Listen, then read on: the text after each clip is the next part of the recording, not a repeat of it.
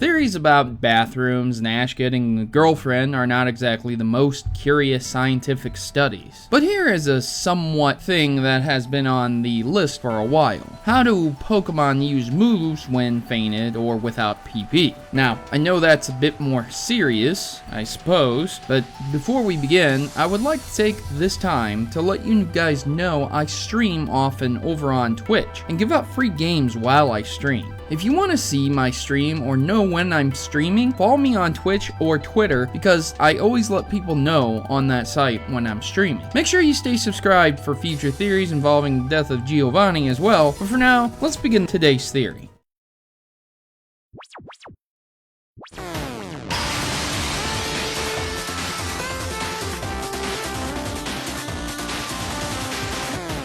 Pokemon all rely on something known as power points, or PP. This asset is the energy required to perform certain moves. Some moves have a large pool and others have very limited, like Hyper Beam. Looking at these moves, we can understand what exactly PP is and does to a Pokemon. Referencing the anime, PP is not directly addressed, but is conveyed in the use of the same Pokemon move over and over. This in turn tires the Pokemon out as if they've been moving or taking hits. It is not the same as taking damage, but similar. In the games, a Pokemon does not tire from using the same move over and over again, but instead just can no longer use the move. If a Pokemon uses all their moves up, they can no longer battle effectively and resort to struggling, which hurts them as well. This can also show that when a Pokemon has exhausted their own move pool, they have to draw energy from their own hit points, which can be related to their health and strength or will to fight. In short, once a Pokemon has used its power up, it must use its own raw energy to continue battling, which harms it and will cause complete exhaustion. After complete exhaustion, the Pokemon faints, not in the conventional way as humans would faint and be unconscious, but rather an exhausted way. When a Pokemon is fainted, they often are weak or unable to deliver moves that can inflict damage to another Pokemon. However, they can still use their moves outside of battle. Similar to humans when they are exhausted from a heavy workload, this does not prevent the person from opening a door or doing daily tasks. To a Pokemon, the same thing may occur. Addressing some HM movesets, it's easy to see that cutting down a small bush would not be a difficult task for an exhausted Pokemon, nor would creating a flash of light. But some tasks seem a little more difficult, like moving a boulder or flying miles away. However, it may only be difficult for the smaller Pokemon, and Pokemon like Onix could easily move boulders and dig through the ground even when weakened. But once again, a Pokemon's power levels cannot be judged so easily. As seen in the first episode, Pidgey can lift Ash with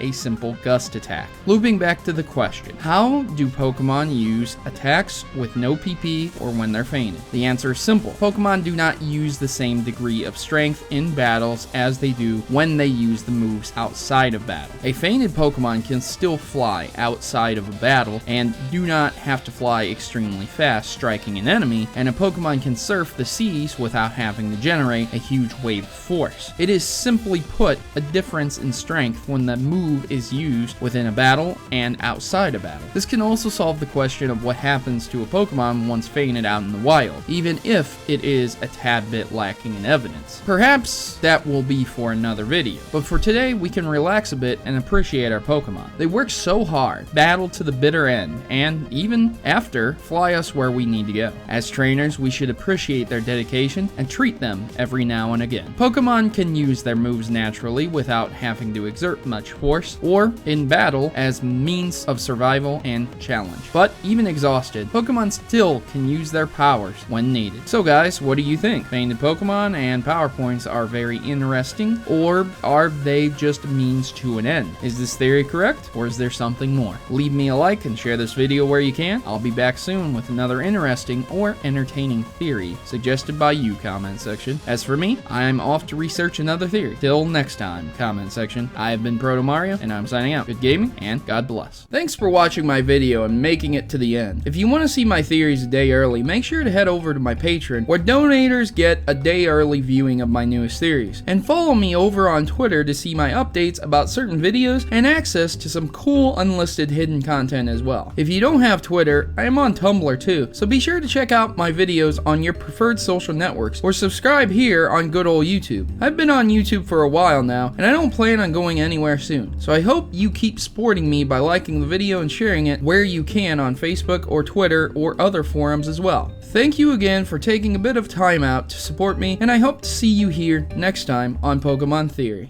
Please note that in all my videos, if I use images from Google, that I do not own any of those images, and all images obtained from Google are owned by their respective owners and copyrights. So please remember this when watching my Pokemon Theories. Thanks.